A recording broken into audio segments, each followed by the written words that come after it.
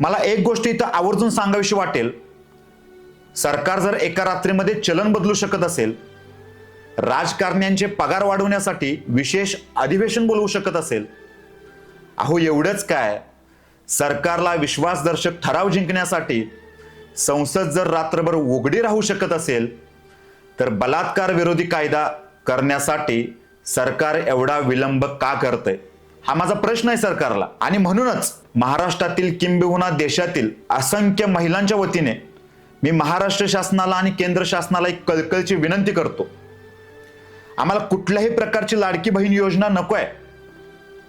आम्हाला हवे सुरक्षित बहीण योजना, जिथे आम्ही रात्री अपरात्री सुद्धा निवांत सुरक्षित फिरू शकेन.